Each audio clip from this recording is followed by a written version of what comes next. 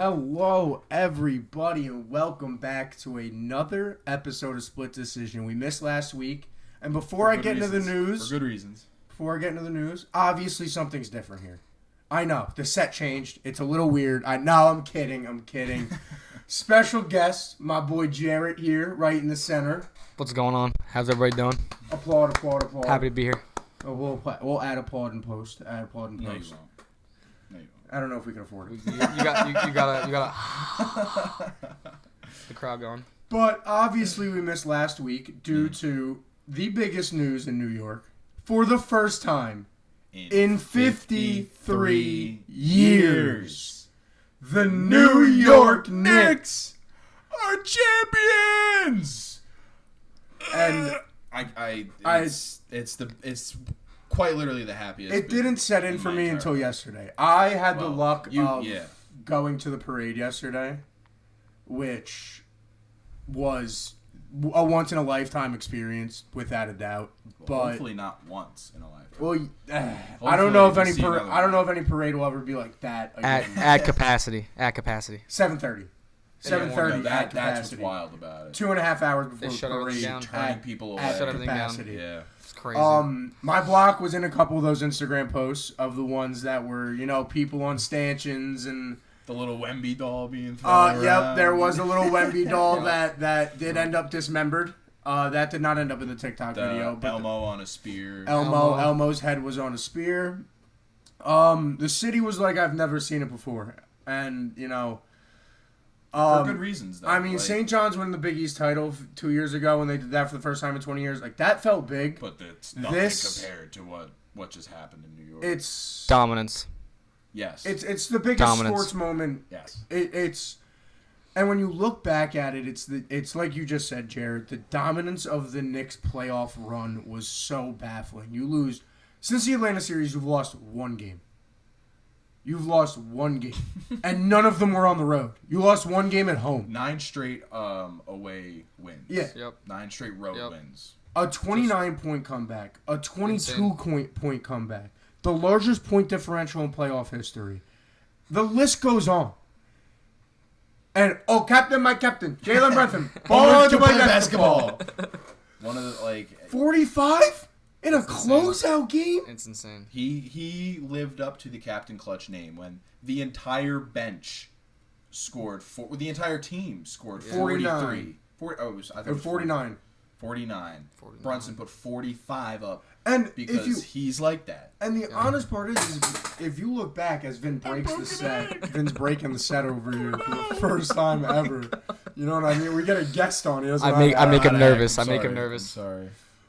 But, you get this situation where, if you look at the way that game went to in Game 5... I didn't think we were going to win. I thought we were going back to Madison Square Garden. Not only just that. If the Spurs go out of their way in the fourth quarter to not foul Jalen Brunson, if he's the one shooting those free throws, Jalen has 45 to 50 points. Exactly. As Jazz Chisholm Jr. hits a home run. Oh. What an absolute comeback to the torture he had. Yesterday. Most previous at best. Doesn't want to wear a cup? Sorry. Got off track. But this is the one thing I do want to say about the New York Knicks. As a former New York Knicks fan growing up, traitor. He's a traitor. All right, listen. Giannis, He'll be a Heat fan next year. It's all right. I had an Amari Stoudemire jersey. It was blue, and I had a white Melo jersey growing up as a kid. There are photos. I can attest to this. There's I can also list crazy names off rosters whenever Logan G checks people about that Nick real Knicks fans. But every single player on the New York Knicks literally played their role to perfection because just as a basketball fan, you have to look back and you have to understand not every guy showed up to every game. The amount of times I saw Mikal Bridges come off the court after 3 minutes because he has no production. The defense isn't there. Nothing. He's shooting shots that are wide open. He's fading to his left. He's just not in. And then all of a sudden Alvarado comes in, gets you a gritty steal, gets you 3 assists and 2 threes in a quarter. Big threes. Some huge threes. Insane. Especially in that comeback. Wemby. Insane. Over Wemby as well.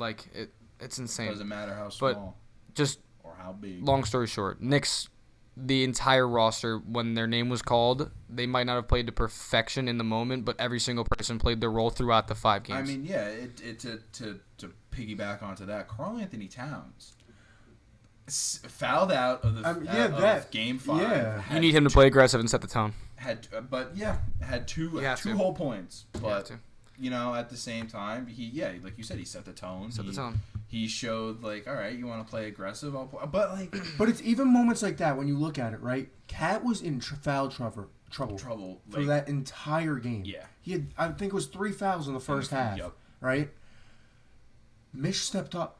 Yes, he Mitch did. stepped up. Yes, he did. Mitch stepped up. That's exactly what I'm saying. Boy, did my country boy look good in his lifted truck yesterday at that parade. Yes, he did. Boy, did he look good in his lifted truck, bumping his country music. Oh my God.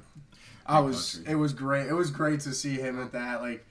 And that's a thing too, that talking about the Knicks, I feel like people I love this whole team, don't get me wrong. I love the roster through and through. There's nobody on that team that deserves it more than Mitchell Robinson. Yes. For it to be in a Knicks jersey. Longest tenure. Yes. He's been there through so much. The Knicks tape era, through all. Mitch was there. He's been there for so long. And he climbed the ladder to this point, so he does earn his flowers. Yeah, that's what 100%.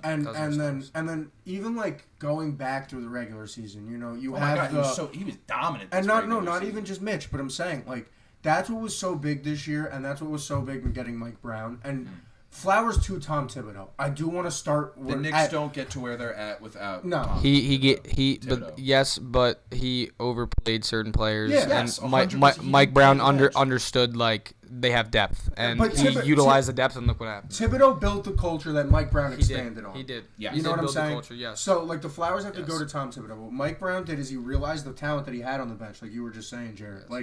You go back to that Christmas Day game. Kolek gives you 16 off the bench. NYPD, he is on the team, by the way. The fact that our own police officers got confused there and thought he was a frat boy that hopped the fence was insane. Yeah. Yeah. Oh my God. I mean, he looks the part though. 100%. If you didn't know the Knicks, if you didn't watch the regular season, you don't know who that is. Yeah. You don't know who Not White a Chocolate chance. is. You don't know the legend. Not a Tyler singular Coleman. chance. But Christmas Day Miracle. World Cup. Diawara champion. coming out in Not big Cup. moments NBA Cup. in the playoffs when Cat's in foul trouble and They did Mitch everything needs, this season. Mitch needs rest. You're not getting Diawara get minutes, and those. I am so excited to see Mo Diawara next year. He's going to play, especially. I mean, There were moments he looked lost. yeah. I mean, he's 19 years old. Yes, but there is so much raw talent there. Yeah, 110%. And I don't know. I can't speak enough about this Knicks team. I can't get over it.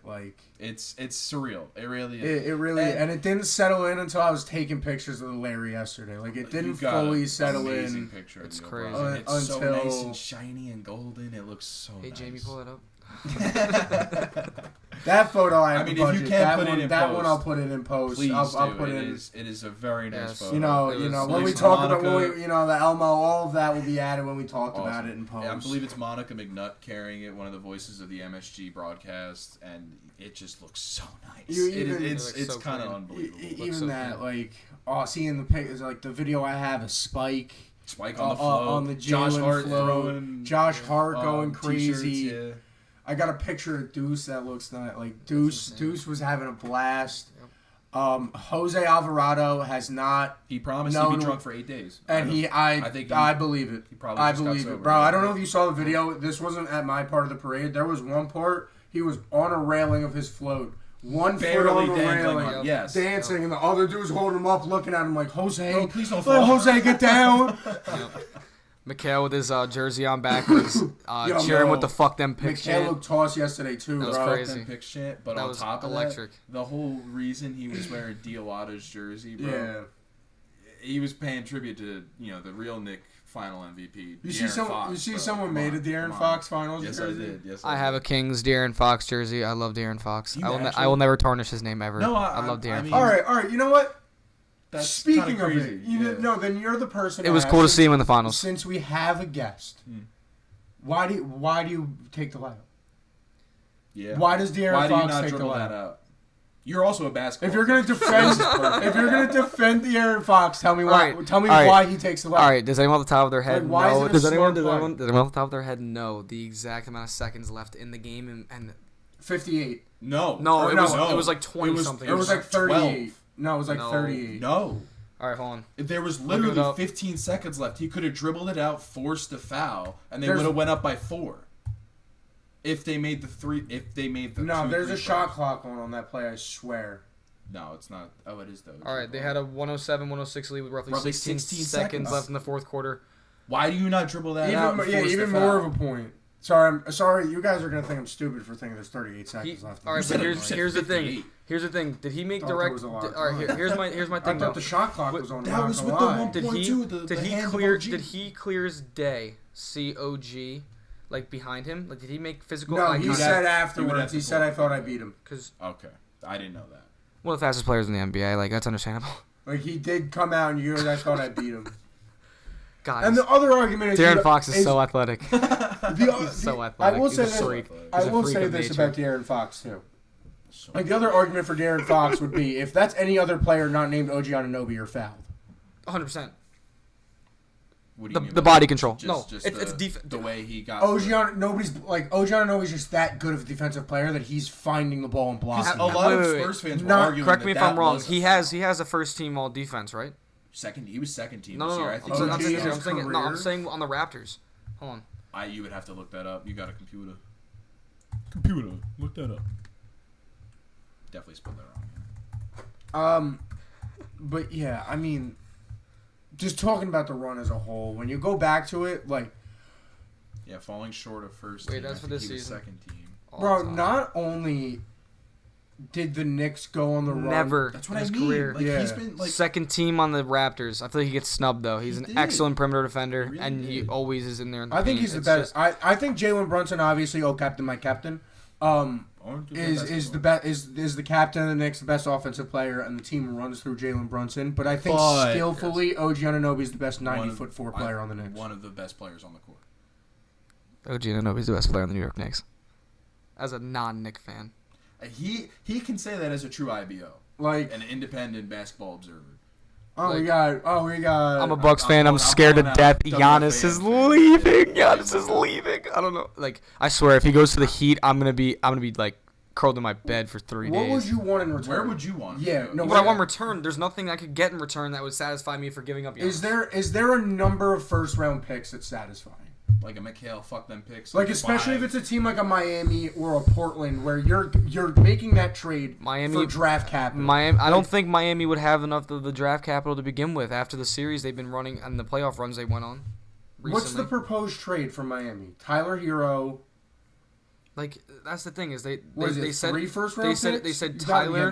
They said Tyler a couple Giannis, picks. There's another bro. guy they threw in there too. I can't. It's Giannis. Right. Is it like Jimenez or? Giannis, yeah, just because we talked about the Knicks a lot. We've been talking about the run. Come on, how are you? All right, stop. All right, that's Miami offer. Tyler Hero, Jamie. I always try to say Jaquez Jr. and Khalil Ware. That's what I thought. Plus draft capital. And the draft capital, draft capital, the number 13 pick. Like, which come on. Currently just the number 13th overall pick. You're not getting the 13th pick. Nothing else. It just says draft capital. That's all it says on a draft capital. Number 13 pick, currently owned by Miami, is expected to be a crucial asset in the deal. A crucial asset, probably to their other draft capital they're adding in. But like realistically, what do they have other than that? Like it's not. You're gonna get future first round picks, whatever years they have sitting there for them. Yeah. They also were talking about Jaylen Brown because that's what they refused. That's what I said. They Jaylen Brown. No, Milwaukee. They refused to get rid of Jason Tatum, regardless of the Achilles injuries. Regardless, I'm in the boat.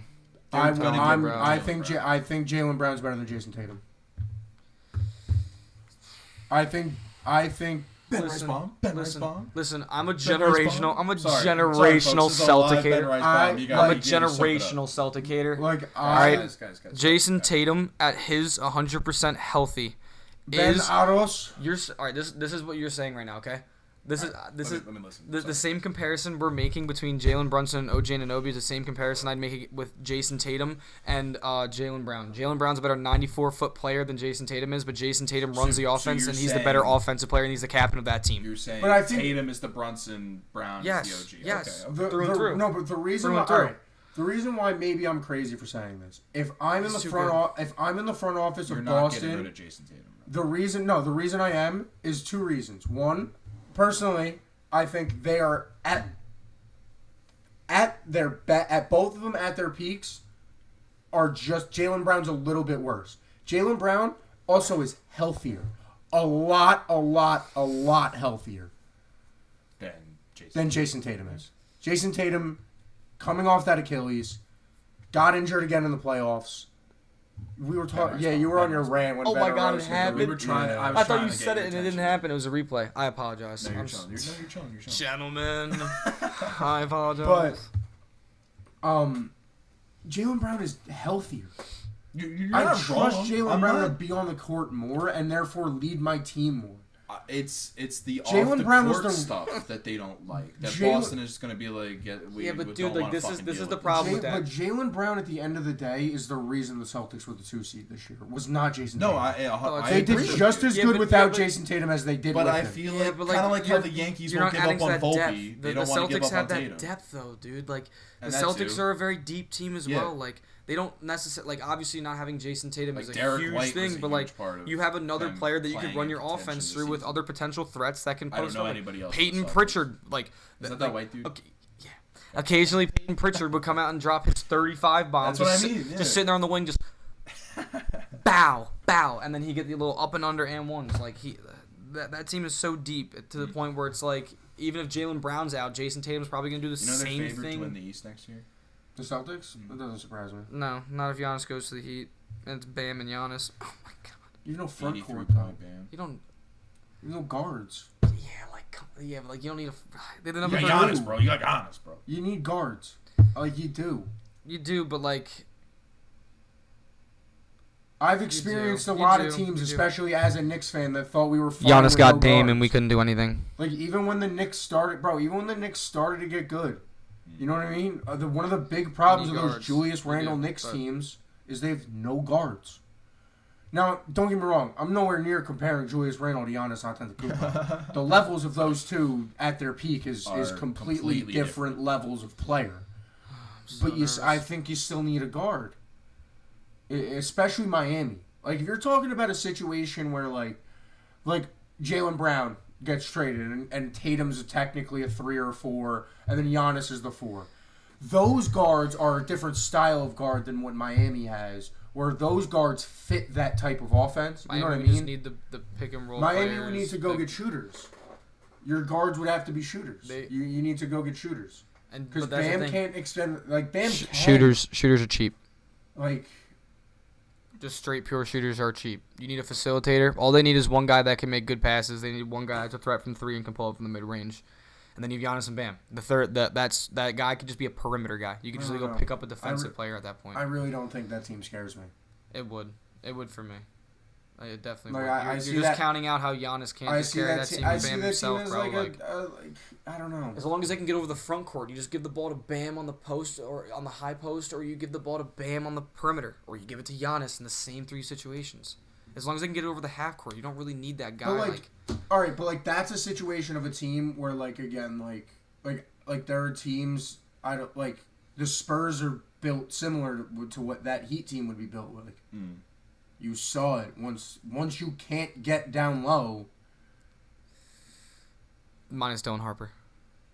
Well, Dylan Harper downhill is elite. Dylan Harper was unstoppable in the finals. De'Aaron was the best playmaker in that series, in my opinion, on the Spurs, and he should have had a lot more time. I didn't see a lot of facilitating from Vassell, which I thought played to their downfall as well. I'm kind of glad you circled back to Spurs Knicks, because do you want to talk about the Rick Brunson thing? Yes, we could also. That's crazy, bro. What Rick Brunson said post game, bro. Looking right at with your son next to you, and to be fair, they were talking about the greatest free agency signing of all time, and Rick Brunson said it was Shaq, and then he segued right into that, right into it.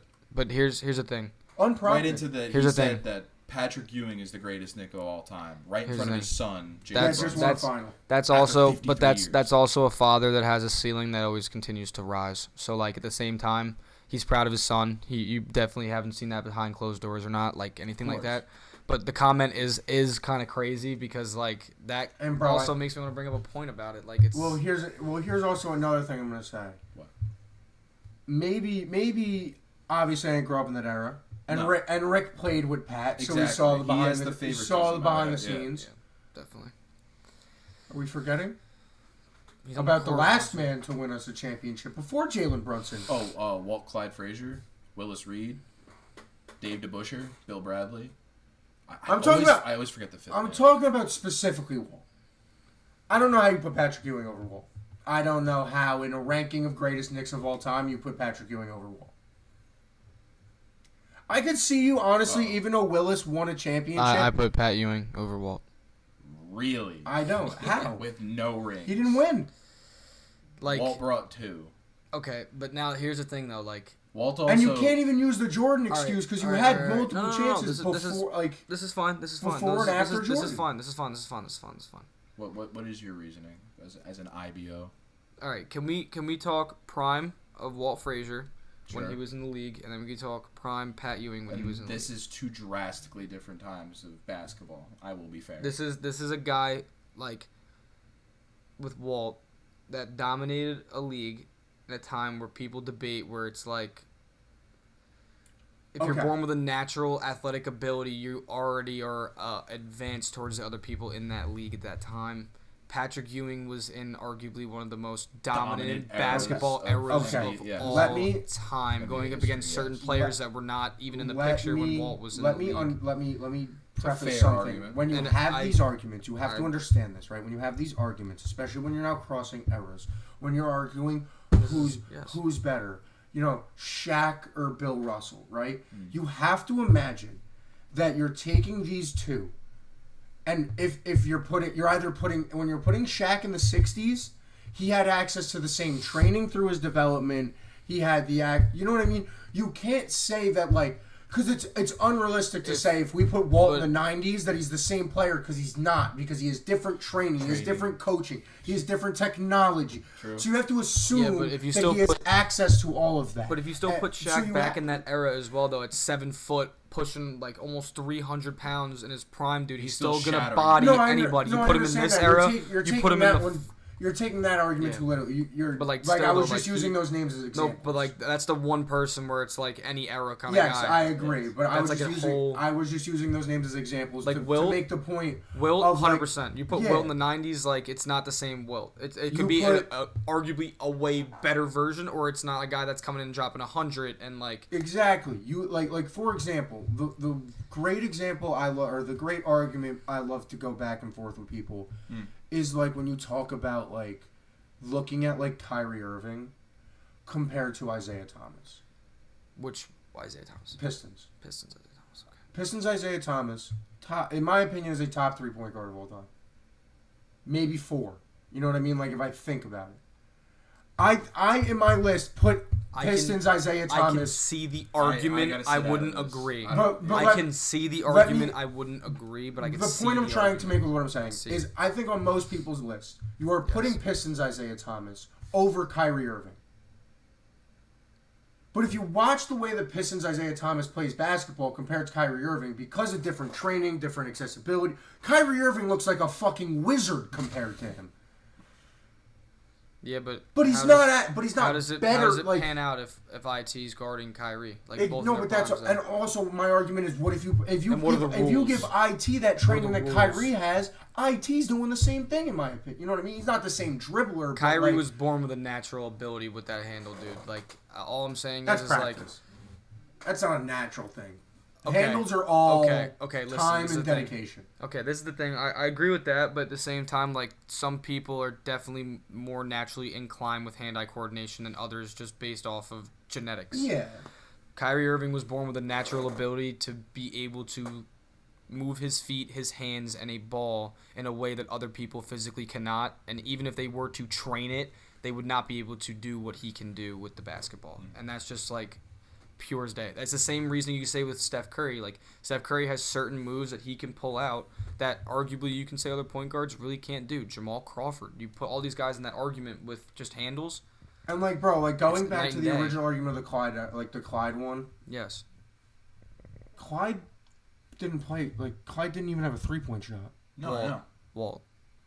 Yeah, Clyde Frazier. Yeah. Okay. I'm sorry. No, you're good. But he didn't have a 3-point line. Nope. That's what I mean. For they all we played know, in two who completely knows? different eras of basketball. That's so, true. like, that is also true. So, like, when I put an all-time list out there, I'm saying, well, like, I have to just take it as face value of what they were in their era. I can't say, like... You got to think about they beat the Lakers with Kareem Abdul-Jabbar and Magic Johnson. Yeah, they beat one of the greatest teams of all time. They beat the Showtime Lakers. So it's like you can't... It's a young Showtime Lakers. It's a very young Showtime Lakers. You got to, like, think about who they played against, too. It's like... That generation of basketball was still excellent. Yeah. Still excellent basketball. It's just like the way you could look at basketball over the years is like really early on it was just kind of like a game where it was very much super team related and just trying to get as close to the basket as possible. Then it turned into more of a defensive physical kind of a game where people are now facilitating into roles and you have certain height advantages, athletic abilities. Then you go into just like that one era where it was just like elbows and just shots at every possession. And then you get guys that are just athletically dominant and just freaks of nature. Mm-hmm. And now we're in an era where you could be 7'4" and you can hit a 36-foot jump shot, or you could be 5'10", 5'9", however tall Alvarado is, and hit your jump shot as well. Okay. Alvarado, I think is like eras are just so up in the air now. I'm happy you brought back up the Knicks. I wanted to try to circle back to our original point. That was the fact the Knicks are changing. Okay, yeah. Carmelo Anthony, top 3 Knick of all time. Now here, whoa, top 3? Whoa. Yes, I'm a generational Melo lover. All day. Melo is just. We could talk. Sorry. We could circle never back won a on ring that. either, just like Pat Ewing. Here's what I'm circling. So here's what I'm circling back to.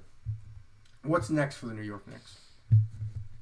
Another playoff berth this season, and I think the expectations are just going to be to go out there and play their basketball all season. And as long as they're not injury prone, I think you can attest to this. When the Knicks are not injured, they are that's why unbeatable. We did so good this year. This was the most uninjured the Knicks have been in the past, like, 3-4 years. Like, nobody had a huge injury other than that OG hamstring scare at the beginning of after the Atlanta series. Okay, let's start here. Got pulled up when here. it comes I want you to answer this first. Exactly, what's next?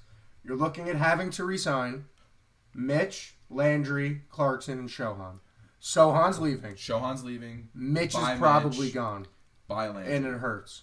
I don't know if you say Landry Mitch, depends though. on the price. No, Mitch is going to get a lot of money. Mitch is gone. Mitch is going to get a lot of money. Mitch is gone. I love Big Country. One of those like mid-tier. It's going to be one of those mid-tier high cap teams. Who else is in there?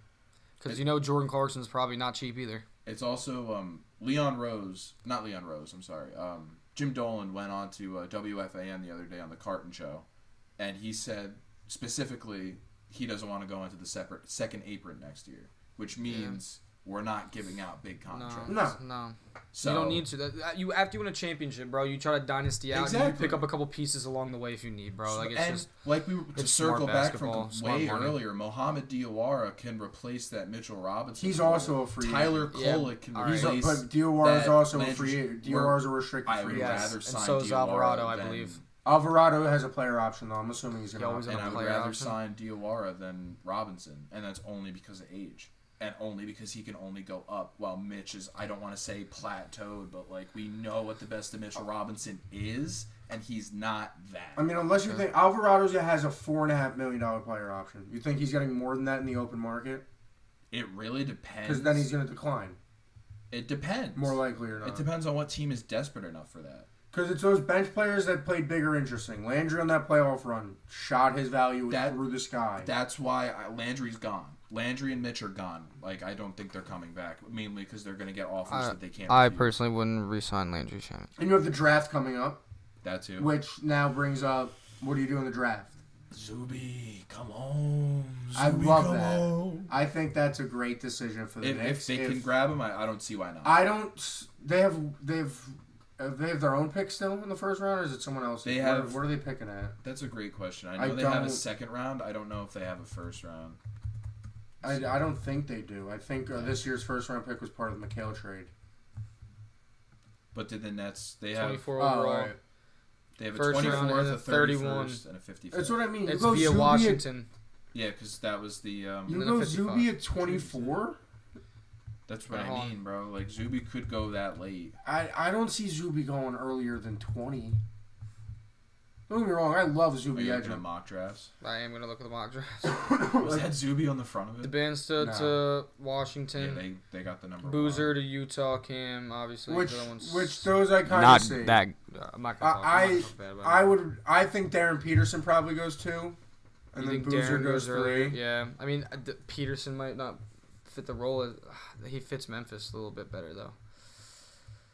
Caleb Wilson. to the Bulls. Acuff's going to go to the The Clippers. That's going to be Clippers. so nice. Mikhail Brown Jr. to You the got, Nets. you got Keaton Walker. All right, let's just. I'm Yeah, gonna. let's skip a little. Yeah, the just- Bucks. Kingston Fleming's absolutely dominant defensive player out of Houston. You should look up his highlight clips, everybody. All right. Let's get to the next. He's coming to my team after Giannis leaves. All right, here we go. 24 Knicks. Koa Pete. No, go before. See if there's no way Jaden they've Zuby going Quaintance. earlier than that. Chris Senak Jr., Malik Thomas, Alan Graves, Labyrinth That's what I mean. Fallon, They have him going Cameron later. Carr. There's no way. Christian yeah, Anderson. then go down. Bennett Sturts. I like saying that name. 24. Bennett Sturts. Ibuka Okori, Henry Visar, Isaiah Evans, Sergio Delaria. Oh my God, you guys might give him the second round. That's what I mean. Darius Reed, Zuby, Brooklyn Nets, 33. No. He might go to the Nets. Well, No, no, that's if crazy. the Knicks don't pick him at 31. Because Well, we would have 31. 31 is also Richie Saunders, BYU senior wing. Nah, bro. If, 6 foot. if Zuby's still on the board by 31, I think we should grab him. There's no reason. Dude, that'd be not to. I would love He's that. 6'8". I think senior he forward. fits what the Knicks are going to need if you are going to let 6'8". Mitchell Robinson walk. That's what I mean. He's a Gonna be little smaller. yes, he's Gonna be smaller. He's on the smaller side, smaller. but he Hustles there. Hey, Hey, if you Jalen want, Brunson kind of showed. That I size don't I matter. know these off the top of my head because I'm obviously St. John's locked in, St. John's alum. Zuby led the Big East in rebounding, led Big the Big East, bro. led the Big East in offensive East. like Zuby is a monster on the boards. If there's one thing Zuby Edgefor is guaranteed to do, it's get you rebounds. Yes, It is absolutely. get you rebounds. But that was in college. I think NBA I is think he'd clearly fit, the level. but I think he would fit well into what the Knicks have going for them. Absolutely. I mean, I don't know. Absolutely. talking- Anywhere he we're goes, talking he's about gonna the fit reigning in there, champs. dude. That's all I gotta say. We are talking the New York Knicks are champs, Ah, baby. feels I don't so know. good. We can't Feels talk so about good. this all day though. All right, so let's talk about New York as well, and we're gonna talk about the New York Yankees. Vin, I believe you were. He had a very strong statement earlier about how the Yankees have been playing Look at recently. this. We got a guest on here doing transitions for us. That was This awesome, is man. like It was pretty nice. yeah, this is cool. I've been I'm trying it out. I probably sound like a robot when I'm on the when I watch this back. Now I was talk gonna- about you the gotta- New York You gotta lean team, back a little bit. The That New mic York- is powerful. You gotta be careful. the New York Yankees. There you go. We're gonna start spreading the news. But I think, and keyword is doing well. I think the Yankees have been doing well without Aaron Judge so far. They've been 9-5 through the past 14. So it's like Spencer Jones. Spencer his Jones is first two stepping up. major league home runs. Dominguez is back. You're he also looks great. he's also forgetting to mention that Ben Rice, that- Paul Goldschmidt, Trent Grisham is also Trent- on the IL right now. Trent Grisham is hurt. My king. And I do Hurts. want to say this about Ben Rice. For the first time since 2012, I believe, somebody not named Aaron Judge is leading the New York Yankees in home runs. That's crazy to think about. What a feat! Is he still leading him if he's not injured? We won't know.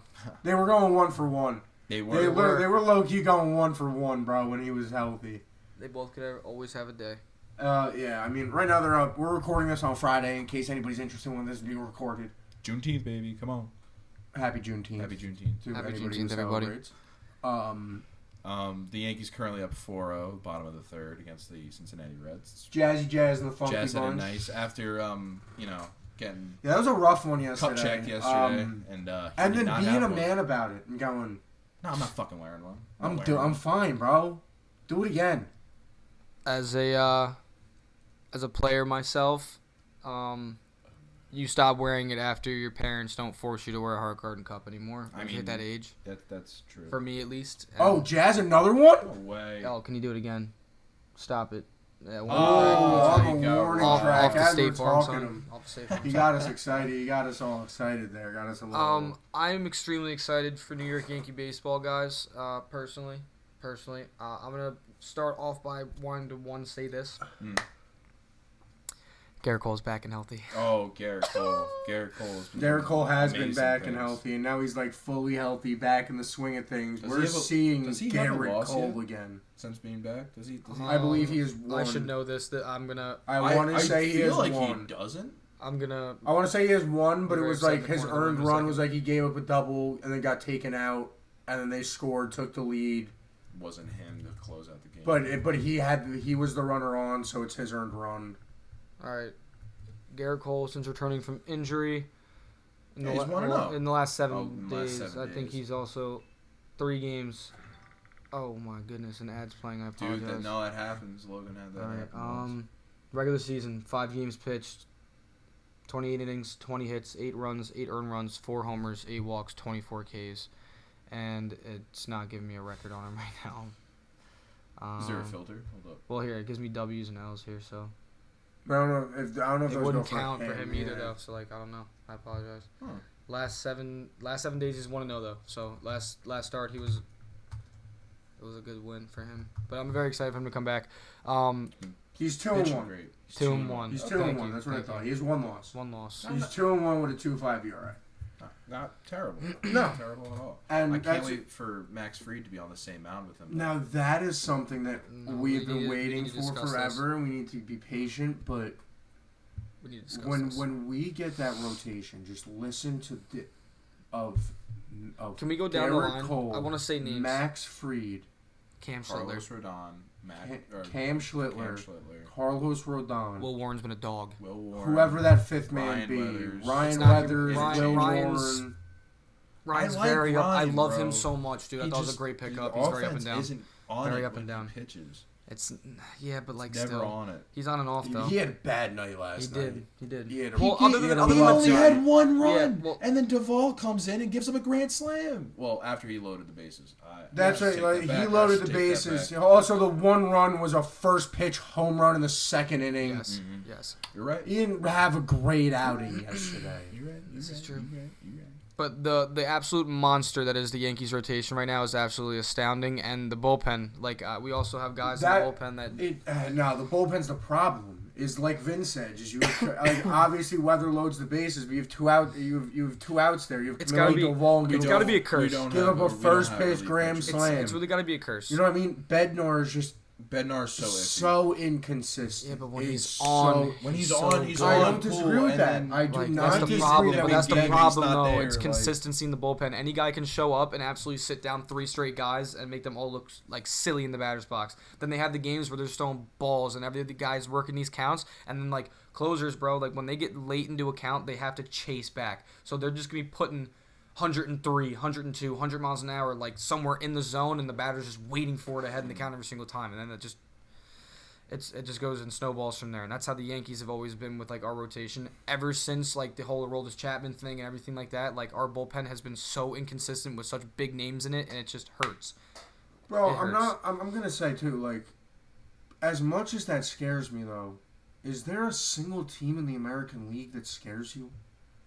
Oh, okay, well, Name one team. Name one team in the American League right now that you are not like. I'm confident we beat every team, any team in the playoffs in whatever series, Listen. 5 or 7. listen, it's still I need not. to look at the standings. It's if I'm listen. being We honest, still but- we're still in That's a what I mean, good it's stretch so of the early. season. Like we're still in a good stretch of the season here.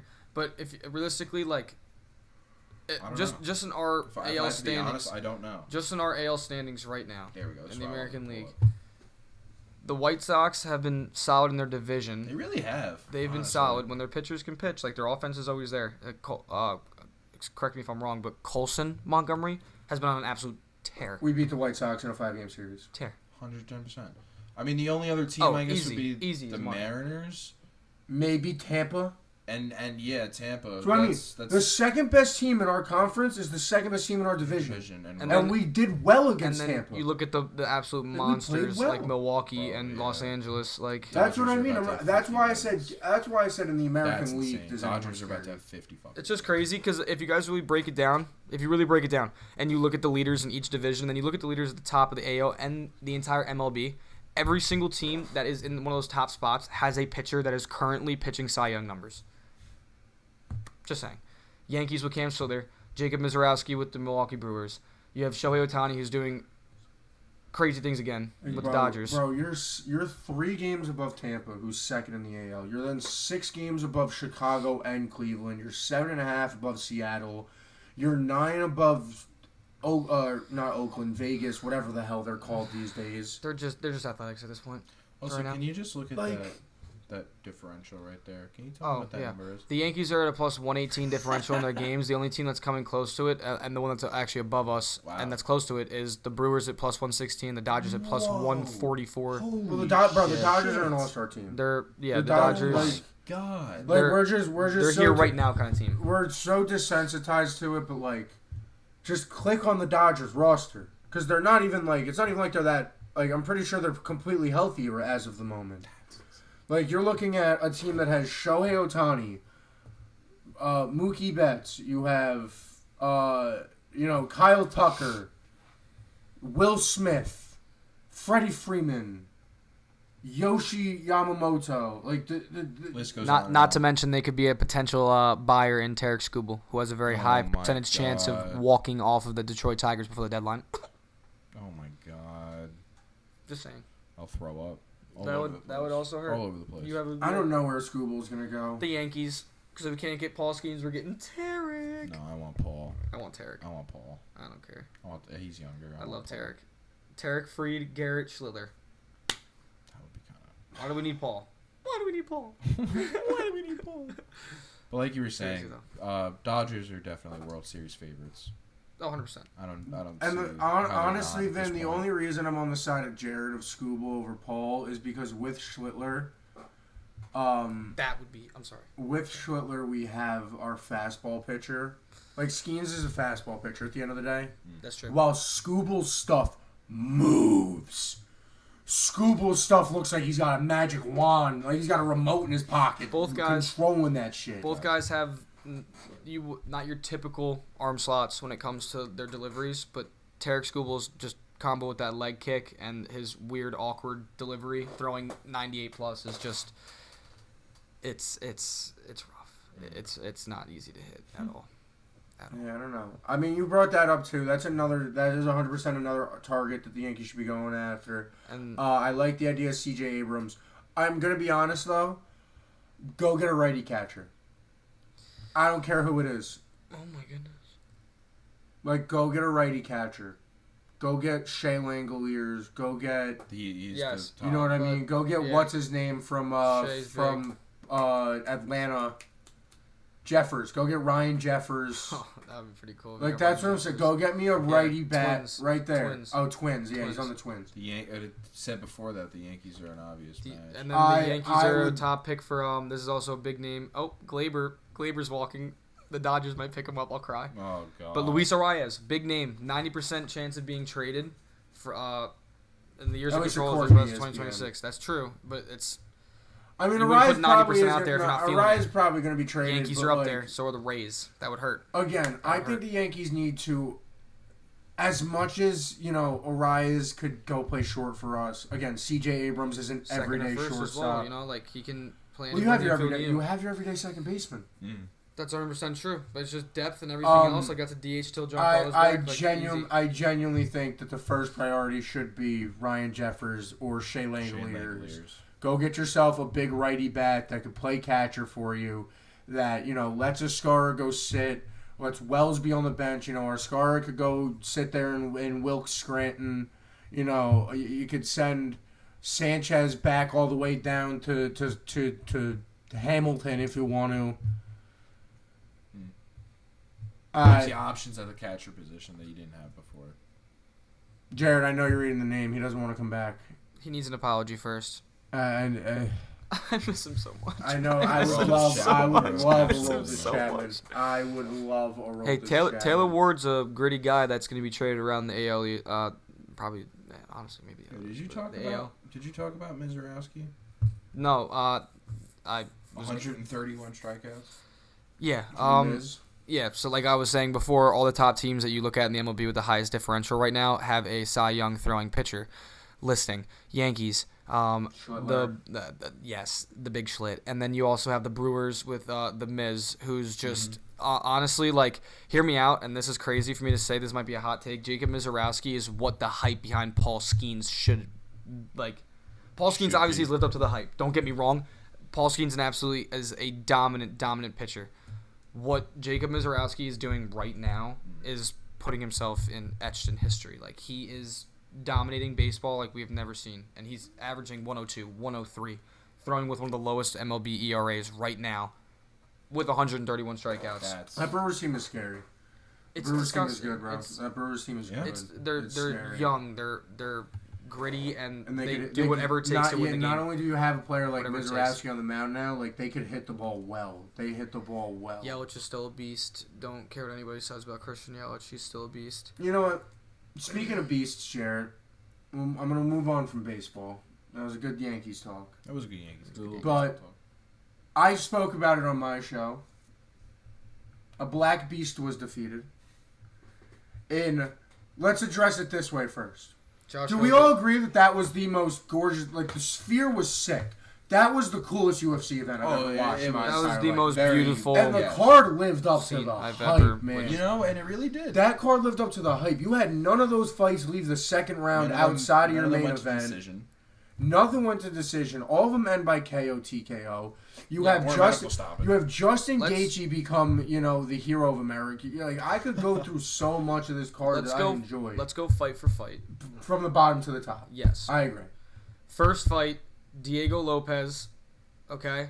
A guy who's been in wars with everybody. You name who it is. Versus doesn't matter. Steve Garcia. Steve Garcia, the American, okay?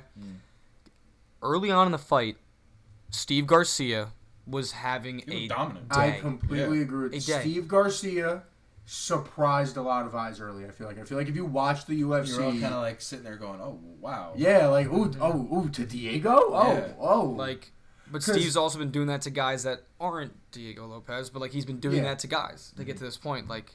And then the second round happened. And yes. Diego Lopez. And Diego Lopez reminded everyone... Diego hit he touched his neck. The PTSD he has, he started touching his neck, and then he just started throwing those hooks. Now, Diego Lopez now proved what I said on my podcast, which was, I feel like in that division, and Jarrett, you're a big UFC guy, Vin. I know you're starting to get into it. Listen, you're a growing fan. He's definitely developing a liking toward it. And it's only a matter of time until it's... Oh, 100%. But I feel like when it comes to that division, the featherweight division, especially with now us seeing Steve Garcia did do well against Diego Lopez, it's Diego Lopez and Volk and everyone else. Like, I don't see who's going to compete with Volk for the title besides Diego Lopez, because none of them are going to get through Diego Lopez. Like, that's how it feels. This is a very true statement. Like I'm going to look up this division right now, and what division are we talking about? Heavyweight? The featherweight division.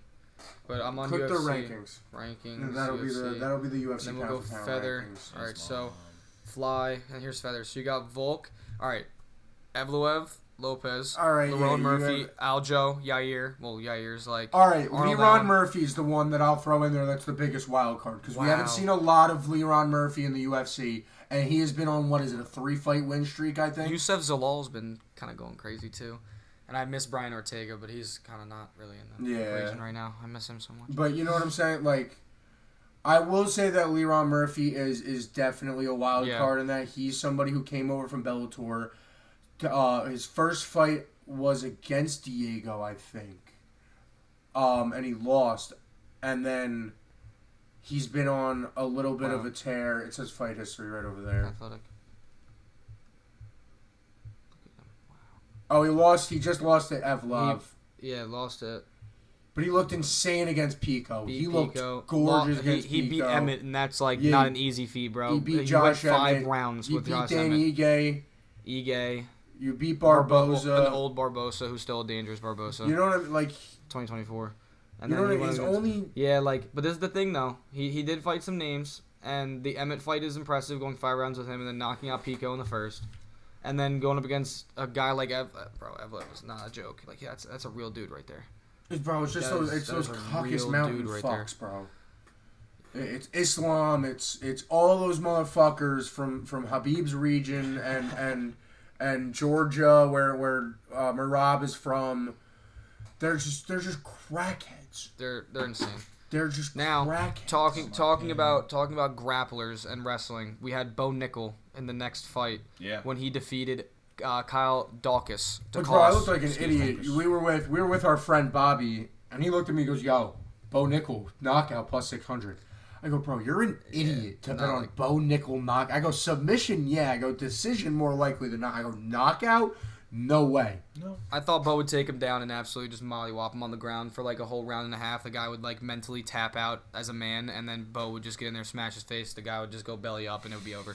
But Bo actually, slipped in, blew him up. It was something to really see. It wasn't like, again, every card on this fight was really and I mean some are more to talk about than others. Like the Bo Nickel Kyle Dawkins one at the end of the day, I think everybody wanted Bo Nickel to win. I think everyone's happy Bo Nickel won. I think everyone expected Bo Nickel to win. I think as much as the knockout maybe wasn't expected, the dominant performance was. 2 Americans got to fight on the White House card.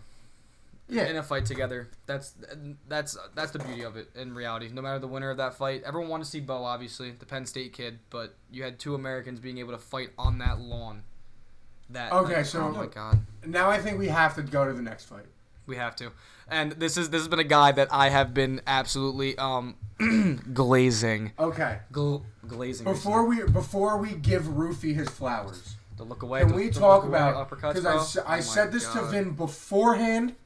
I said it during the fight. I said it on my show on Tuesday, and I'll say it again. He's a bad man. What happened to Michael Chandler that his game plan for every fight has become get rocked and run around until he dies? It's literally been since he knocked out Tony Ferguson. He gets rocked, runs in circles, and gets rocked until he dies.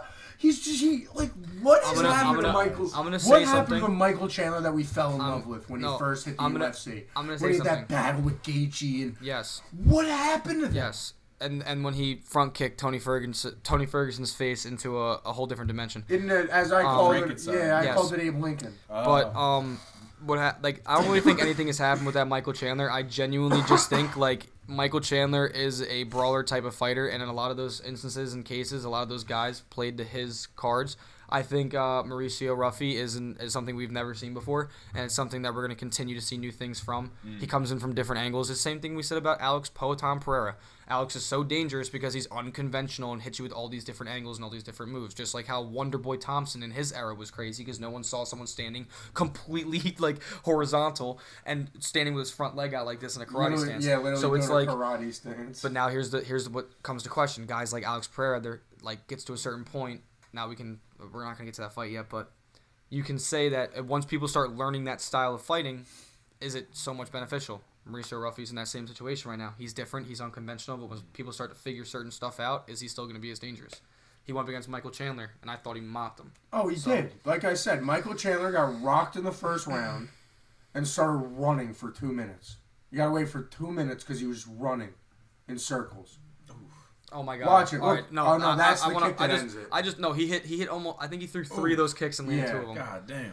Like not afraid to throw spinning wheels, not afraid to throw spinning heels. He's not afraid to throw anything. Like he throws what he needs to, and he's in a flow state. And like it's dangerous to fight like that. But when you don't miss and your accuracy is that insane with those significant of strikes like that, hit your shot. Okay, who like no one in that division is. Now my other question. No, there's a lot of there's a lot. That's of crazy. People in That's that crazy. division. That's crazy. We're talking about. I'm saying just straight up like. Understanding how he's going to come at them with angles and stuff, who in that division is going to be able to defend or dodge like any of those kind of strikes like that. I think Dominguez just saved made a nice play there. No. Made a nice play. Oh yeah, no, he did. He did save it. Thank you, Dominguez. Jason Dominguez. Now here's my other question for you. We're talking about going back to Michael Chandler. Right. With what we've seen out of Michael Chandler, you've won one of your last 7. You've lost 4 straight. Your only win was a very old and aging Tony Ferguson out of your last 7 fights. Right? What do you do next? We're fighting for money and we're getting on commercials. No, but who do you fight? Oh, who do you fight? Like if you're Dana. No, if you're Dana, you do the same. You do the same shit you do with all your guys that were in a peak at a certain point and need a comeback, and also a guy that needs to seal his name in a rising upcoming spot in that division. What you do as Dana White is you grab a guy that's either outside the ranked division that's just beating everyone's ass, or you take a guy that's within the top 10 to 15 and you put them against Michael Chandler. Michael Chandler beats him. It's a name in the top 15 for him, boosts a little bit of morale, maybe gives him a little run that he needs, just like Gaethje got in all the different fights when he lost, came back. Then you could also put into question where if Michael Chandler is sitting inside of the top spot, what's he even ranked in his division right now? I was about to ask, where was he ranked at the start of that fight? Michael Chandler was given a rank in the Ruffy fight. You got to go back up to just rewind that video. It should say it there. It's gonna be like right here. Chandler is ranked. It looks like 6. Don't quote me. 13. That's what I'm saying. He fell out of the top 15. And Ruffy was 9. So this is exactly what you do as Dana. You give him a guy that's ranked in there, that's up and coming, and then you give him a chance to like reseal. Defend himself. Ooh. Wait, who's around Moicano? I don't mean to Moicano's at 10. You're looking at like Hooker, Moicano, Fizev. Do we know who's sitting right outside? 11. Who's sitting right outside? Outside of the top 15? Yeah. I don't know. It only gives you the top 15. It doesn't tell you who they're thinking about putting in. Well, I like the Moicano idea. Moicano would be pretty sick. I would really enjoy that. I like the Moicano idea. It gives Dana what he needs. It's exactly what we're saying. It's like you give both sides what they need, bro. Like it's perfect. So I don't know. Let's move on to the next fight, though, because I think we all want to talk about the next fight. Next fight, we have the Incredible Hulk, the Cringe Master, against the Black Beast. Let's start this here. Let's get this out of the way. 10-0. Let's get this out of the way before we talk about Josh Hokett, call him the Incredible Hulk, as Jarrett tries to fix some wires for us down there. Why? The comment. Why? Why not? I don't know. Why? I don't know, dude. He's going for that WWE personality. I've been saying this. He wants to be that like Hulk Hogan type, but like he's just trying to be like Bro, you can't say that. I don't know, bro. Like whether you believe it or not, who cares? Like all that aside, we're not going to get into that conversation of conspiracy theories and all that. Why do you say that on the White House lawn? I don't know, bro. Bro, let me put it this way. You had a moment. Hold on, I don't know if anybody saw this video. You had a moment where you handed the president of the White House a necklace with your trading card on it. He put it on immediately. The minute he made that contact, Trump takes it off. Doesn't matter who the president is. You put on the president of the United States on the lawn what I'm saying it doesn't matter who the president is. Regardless, it's just saying when you put that on him exactly. No, what I'm saying is right after. Yeah, you had the honor of doing that, whether you agree with the president or not. You had the honor of doing that to the president of the United States, somebody of that stature. And you decided to make such a dumb comment that he immediately took it off and got rid of it. Yeah. Didn't want association with it. You now have Dana White answering questions about this. Yeah, whether he should you have every UFC fighter answering questions about this stupid fucking conspiracy theory. And now they're getting pulled into it because of something he had to say. Because you want to be an idiot, bro. And I'll go through all this shit with Josh Hokett. Like, I'm going to be honest. His performance against Derek Lewis, amazing. His performance against Curtis Blades, amazing. But at the end of the day, bro, I'm not watching the WWE. This is coming from a fan of the WWE. Bro, you're going to weigh-ins. I'm not drunk, I swear. Like, bro. Throwing up on himself. I'm sorry, Mr. Topuria. Like, dude, like, you're a clown, bro. The whole thing I want this man to get knocked the fuck out so bad. Well, dude, I'm telling you right now, he goes up against a guy like Gon. He goes up against a guy like Tom Aspinall or any of those big names. Like, the hands, he's got the hands, he's got the quickness, and he is definitely an athlete, but, like, it's a whole different realm. Like, Derek Lewis is not. I'll talk about it and what you think he should do when we talk about him and his loss and what he's doing, obviously, officially. But if everything were to go through as if, let's say, all fighting commissions hold up their decisions as if, I don't see Alex cutting weight again. Give it to him. Fuck it. Josh Hokett wants it, give it to him. It's going to be for Sorogan again because Tom's not going to be back in time. He's going to be so blind. So, Like, I'm Sorogan's a cheat. Give it Fuck! to him. He's a cheat. Excuse my French. Excuse my French. Sorogan's a cheating fuck, and I hate him and I I despise him. thought that was such a good joke. It was Oh my it was God. excellent. It was a pun. But hear me out. From a kickboxing standpoint and MMA fighter standpoint, he is absolutely outstanding and remarkable when he is not cheating. When he is a dirty, nasty fuck, that's when I cannot stand that man. And this is now not the first fight or the second. This is the second fight now where it's clear as day. Like, he is blatantly doing things that are illegal that the guys that are going against him are not doing as well. And you could also make the argument because there's a couple eye pokes from Gaethje that might be intentional or not. But at the same time, it's like, I don't know. I really don't. I hate Josh Hokett and I hate Sorogan. All right. My bad.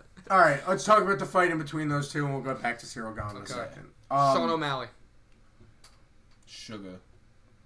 Oh, last thing about the Derek Lewis fight. Derek Lewis ran out of gas so fast. And he said it was like the first time he showed up to every single training camp. First time he's ever done it in his entire career where he showed up to every single day and did everything the right way. And that was the most gas I've ever seen Derek Lewis in a fight. It's getting old. Sean O'Malley defeated Aman. Zahabi? Amen. Sure. Is Iman Amen Zahabi? Zahabi. By a knockout. Yeah, second round knockout. Absolutely. Sean looked great. Ben MySpace it.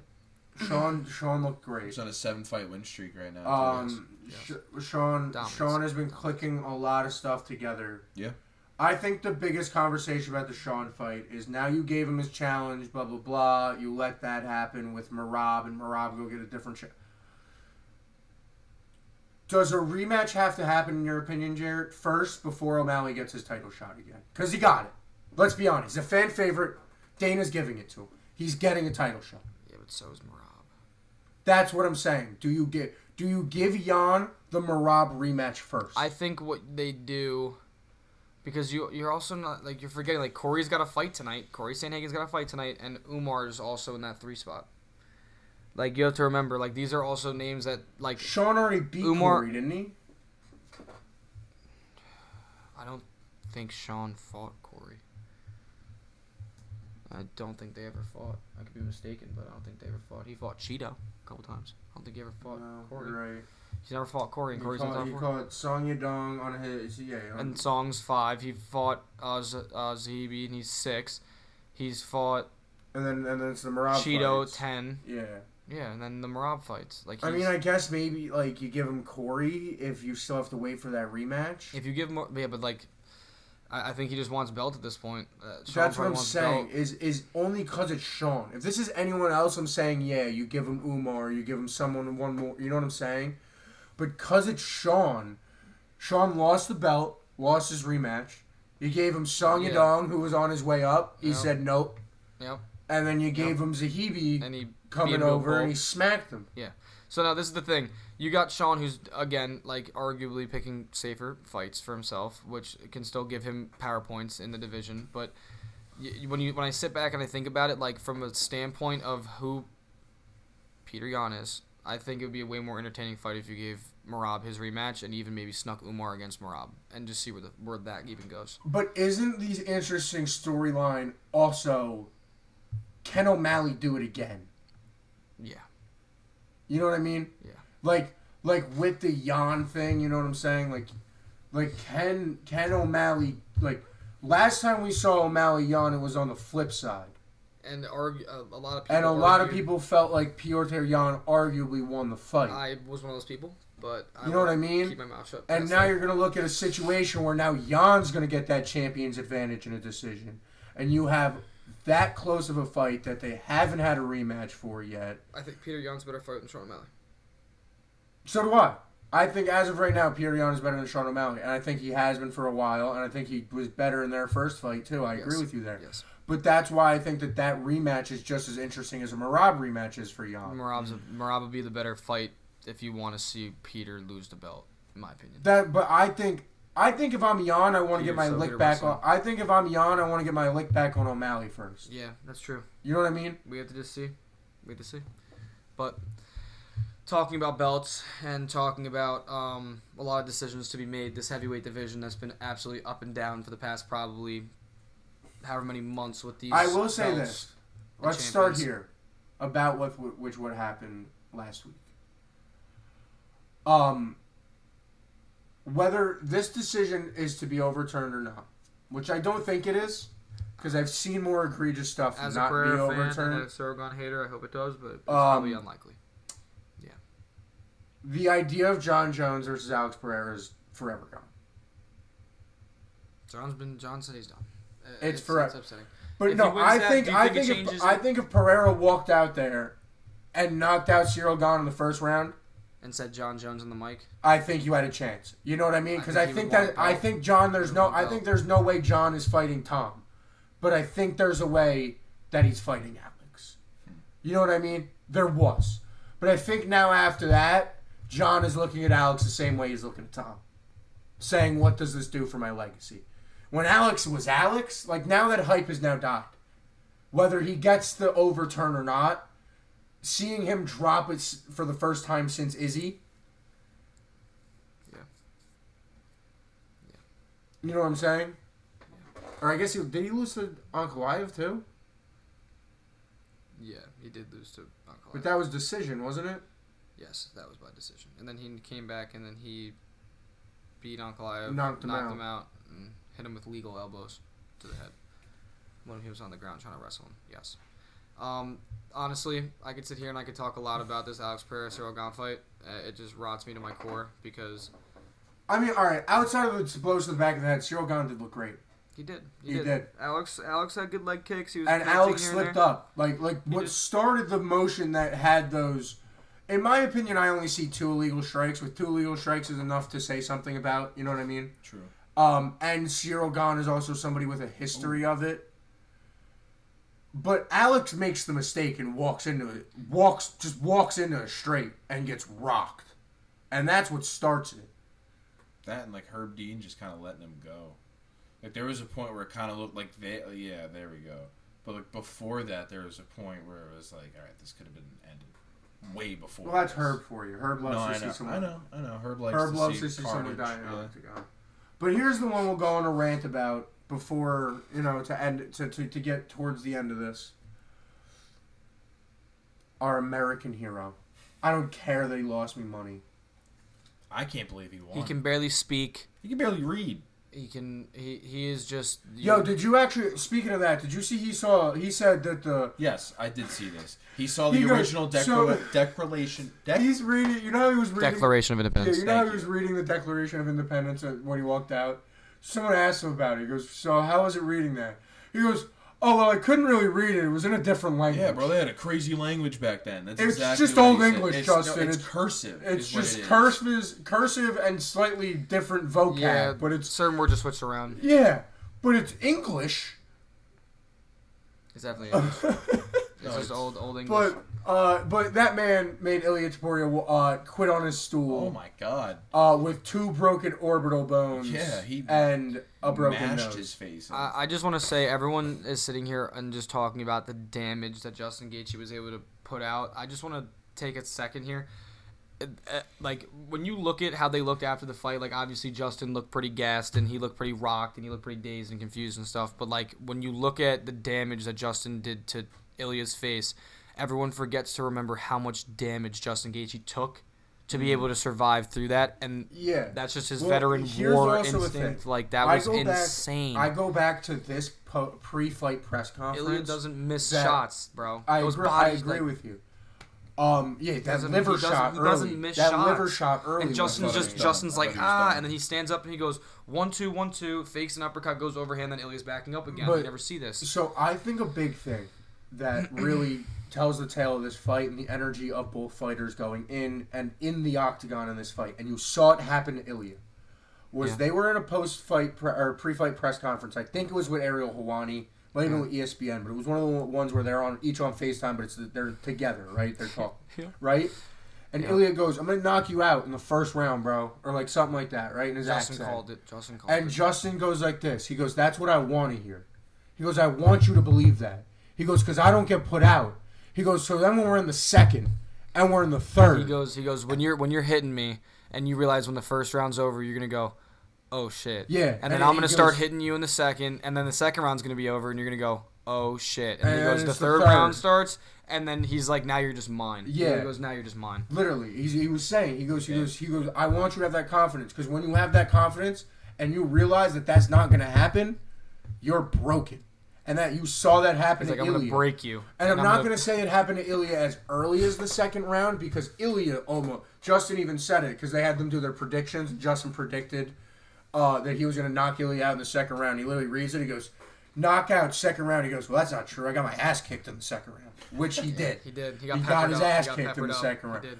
But you once break that, Ilya's spirit, but bro. yeah, once he got through that second round and was on the stool in the third, you saw Ilya come out in the third, tired. This is like, done yet. Oh, they we're tried still, to stop it. oh, They we're tried to still stop it, going. and his brother's like, no, like they forced the doctor to overturn. Like, yeah, the fact that the doctor was like, he's no, not. that was okay. And so the crowd went, no. No, it wasn't the crowd. Right. So Goddard, we're losing money. Mark Goddard was obviously asked about why that happened. I would love to know. Championship fight, and every fighter since this has said that they agree with Goddard's decision for this. In a championship fight, you're listening to what the fighter says. That was a rookie doctor who was going, from what I see, I don't think this man could see. But Ilya's sitting there going, I can fight, I want to fight. The guy went like this and he goes, his eye didn't move. Yeah. But Ilya's going, no, I saw it. Like, and when you're in a championship fight like that, in that situation, and everything going, dude. You let him go. Just let him. And Goddard saw that, and he goes, nah. Yeah, but God forbid Ilya loses his eyesight. And that's why Goddard is a good ref, is because he didn't feel that was going to happen. That's why Michael Bisping. That's why Goddard does what he did. I mean, Ilya broke both his orbital bones, bro. Did either of you know the? Oh, he broke his shit. Yeah, both his orbital bones. Yeah, bad. He swelled them up. No, yeah, the Bisping with the Bisping is a glass eye. Fought for like 3 years with one eye. One eye. Jeez. And until the UFC had to lie on his eye thing, he would peek through his other eye so he could see still. They go. Daniel Cormier asked me, he goes, wait, so how'd you pass the visual? He goes, I'd go like this. Yeah. They go, nobody ever saw. He just started laughing. They just look at the board. That's crazy. No, but I want to ask you guys, do either of you know now, in my opinion, should be one of Gaethje's most famous quotes? He said it to probably the last 5 or 6 guys he's fought, and it's held true every single time. What? Isn't it something like, I'm going to make your face unrecognizable? He goes, I'm going to change your face. That's what it is. I'm going to change. He goes, after this fight, you're going to be. He looked at Ilya and he said, I'm going to destroy you mentally, physically, and emotionally. And he's like, and by the end of it, he's like, I'm going to be the champion, and I'm going to change his face. And I'm like, oh my god. And I said this to you, the triangle's been completed. Yeah. Yes. The cycle's been completed. Because Gaethje knocked out. Gaethje got knocked out at 300 by Holloway. Yeah, but he also got knocked out by Poirier and also knocked out Poirier himself. Yeah. So that closed a whole nother circle within that. It's crazy. Right? So, yeah, go 300, Holloway, yep. Gaethje. Immediately after that, who does Holloway fight? Ilya. Knocks him out. Gaethje now comes back. Fights Ilya. Knocks him out. Yep. And that, the doctor stopped. Justin Gaethje is the hardest fight of Khabib's career. Justin Gaethje is the name hardest that will be going down in the history books of the Justin UFC. Gaethje can live up to a quote once said by Jeremy Stevens. Justin Gaethje is the hardest hitting 145er on the planet. Oh, without a doubt. Dude, Justin, this is the thing though. A lot of fighters are more into technique and precision and just giving you 30 to 70% changing up all their feels. When you fight Justin Gaethje, he's not in there to tire you out. He's in there to damage you and break your manhood. Justin Gaethje fights with the power of brain damage. He's just head down and it's just, I'm coming at you. Yeah, it's a superpower. Can't feel anything. That's just, I love that so much. UFC White House card was definitely it was a banger. I mean, we are running on a long episode here, but before we start to end it, I do want to bring up next week, UFC. Well, it's not next week. Events. I'm pretty sure it is. It's in July. July 11th. I thought. Yes. You sure? Yeah. Yes. It's upcoming. Not Philly. But McGregor Holloway 2 is July 11th. Yeah. And we're looking at McGregor Holloway. We're looking at Saint Denis against Pimblett. We're looking at Corey Sandhagen. Versus is that Yadong? No, that's Brandon Royval. Yeah, bro. Click the event. I'm trying. Oh, there we go. I'm him. All right, we got It's Mario Batista, That's Brandon okay. Royval, and Lonair Kavanaugh. Those are the Prelims. It pains me to say this. At number 10 ranked, Robert Whitaker on the prelims. He's feeling big. Gable Stevenson. Yeah, we get a Gable Stevenson debut. Oh my God, Cody Garbrandt. This is a Sky stat card, man. Kamaka. Should I know Luke who Riley. Gable Stevenson is? Gable's the All-American wrestler. You have That's Tracy crazy. Cortez on the early prelim. What a Yes. fall off for Tracy Cortez. Well, no, they're putting top teners in there because it's a big card. They're All just right, letting a bunch of now fighters go through. let's discuss it. All right, let's just go pick 'ems right now. Let's honestly, we don't even have to go through all of them. Let's just go to the main event. Yeah, we could just talk about McGregor. Does he have a chance? Not at all. Does he have a chance? Not Against at all. Max. I've been seeing his sparring, dude. He looks sleek and he looks good, but it's just Don't he's get me been out of the game wrong. for so I long. love the notorious, the great one, the one and only Conor McGregor. Sure. I love that He's man. nowhere. He's not that Conor McGregor. He hasn't fought in, what is it? 2 years. It might be more than Here's 2 the It's thing, gotta though. be more than 2 years. This I is the think only it's at least problem. 2 This is the only years. thing. If he was in a fight with a guy Yeah, that he knew look was up You're a telling me he fought Poirier in 24? You gotta look at I think his last fight was It was a lot longer 2022. ago. It was a lot longer ago. 4 years ago. All I'm saying is if Conor McGregor came back, it would have to be up against a guy that wouldn't be either able to touch him or wouldn't damage him when he did touch him. Max Holloway's the worst guy you can come back and fight against. Connor's 'cause Max last Holloway's gonna fight. hit him with 160 Connor's shots. last fight is Poirier in July 10th. It's going to be 5 2021. years to the date. Wow. 2021. It's Yeah, gonna be- it'll literally be 5 5 years. It'll literally be This- half 5 a because the decade. day We're looking after at a half it'll a be decade. Wow. That's since he's kinda fought in the UFC. crazy. So like that's when I don't think he has Max a shot. Holloway had a belt on his waist a year and a half ago. Yeah, no, Holloway's gonna fuck him up. Patty and Benoit scares me. I think Patty's gonna take that. But that's just I don't know. That But could if Benoit fights like his last fight, it's That's not just gonna me be like close. Patty. If Patty can get him to the ground, Pat's to the Patty. difference. Benoit's dangerous as fuck on the ground. Are you serious? Benoit's got like Darce chokes. Yeah, they're both nasty. They're scary. And he's bro. he's definitely a stronger. Like this is the thing. Benoit's a killer, too. Benoit is Literally. a stronger weight in this weight class. As No, lightweight. yeah, he's a heavy. He's a stronger heavy. guy. He beat Dan Hooker, beat Dariush, beat Ruffy. Yeah, you by bet the way. against him in that Dan Beat Hooker Ruff. fight. I did. Remember that? I did because I it was looked at you, I Australia. go, what? I remember that. Yeah. And Dan Hooker looked good for a start, and lost then got money. his mouth split open. He beat Prepelic. He lost to Moicano, which is crazy, and then he lost to Poirier. But like he's got guys under his belt. He's going up against Patty now. Patty's been doing really good, but he beat Ruffy, dude. He beat Ruffy in 2025 by submission on the ground against a guy that strikes way better than Patty. I don't know. It's gonna be fun. We'll talk about it again, definitely. It's gonna be awesome. But I think we're gonna call it there for the day. Hell yeah. We are gonna introduce Vin to our golf game. All right, we're gonna hit the swing suite. So We are. we gotta get going. for you I guys. just want to say this was actually an honor and a privilege to be out here. I was very nervous to do this, but I do appreciate my two very good close friends for introducing me to this and allowing me to come on to this with them because I know it's kind of like their thing. Appreciate it, do bro. No, appreciate awesome. you guys. Yeah, having I me don't on. want to. I had I fun. do I had fun. appreciate that. Anytime, bro. I'm gonna be I on do. this anytime. Yeah, Especially this was especially awesome. now that you're free a lot more often. Maybe we get some log show appearances out of you too. I gotta try that out, man. That'd be awesome. You know, maybe you could be the Jamie for the log show over the summer, something like that. As a special guest, we're gonna close out a little bit differently tonight. We're gonna close out with one question. You're gonna say a name, no explanation, and the next time you guys get on here, you can then explain your answer, and we'll leave it on a Segue into the cliffhanger. next Leave it on a episode. cliffhanger. All Okay. right, I like that. All I right. like it. Pick a sport, either MLB or NBA. Let's go basketball. I was about to say Okay. NBA is It'll probably be the If last you time were- we probably talk about if- basketball because the Knicks would be now 2 weeks out of their championship. So we'll start it with a basketball Okay. question as our sign off the basketball. This is gonna be our sign off here. If you were to create a team, and you were to take one player that you were going to build this team around, and this team is in your possession for the next 10 years, Like, I'm so biased right now. what player are you taking? And are we creating it in an era that's right now? Are we doing all time? Are we doing Let's do right now. Let's do right now? Yeah, let's keep it all right, right now. you're gonna say right now. I want to hear both of your answers. I'm gonna give mine because you'll never hear my explanation. But after you give both of your answers, I'll say mine, and then you guys do your little sign off thing. I'm gonna let you guys go first. If I had to be completely honest, because of what I saw from him this year, VJ Edgecombe. Okay. You're I would young. for the next 10 years Absolute to dark build horse. around. We don't like that's an absolute dark horse of a pick. I really do. I like that a lot.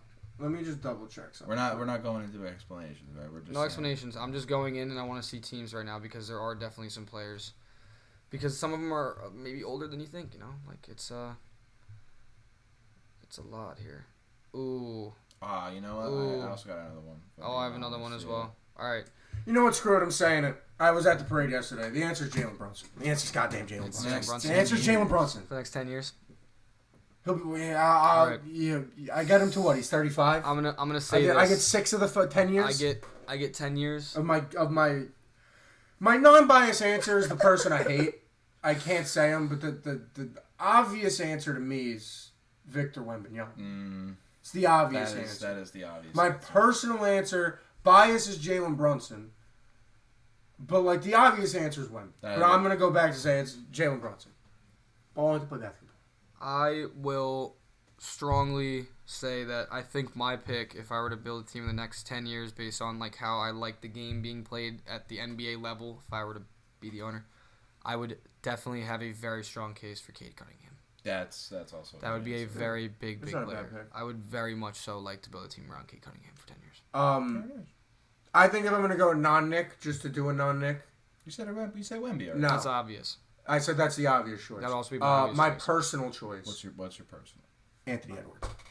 Anthony Edwards. That's is also Anthony, a- the answer, That's- my personal, like if I'm gonna go now, absolutely bias ridiculous. aside, Now I'm you gonna make look me at feel the dumb, bro. look at the league. I hate was thinking of Wembanyama. rookies. I was thinking of good rookies. You know, I let BJ Anthony Ashcroft. Edwards. Anthony Edwards by Ant-Man. Anthony Edwards. When I looked at you and go, "What? I got Jalen Brunson. He's 35." When Jalen Brunson's 35, like that's when Anthony Edwards will be in his complete prime as he's starting to hit now.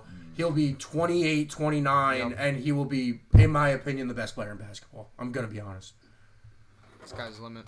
But I think that'll wrap it up. that'll wrap it up. Thank you guys so much Great for listening. episode, yeah. Thank you, Jarrett, for being here.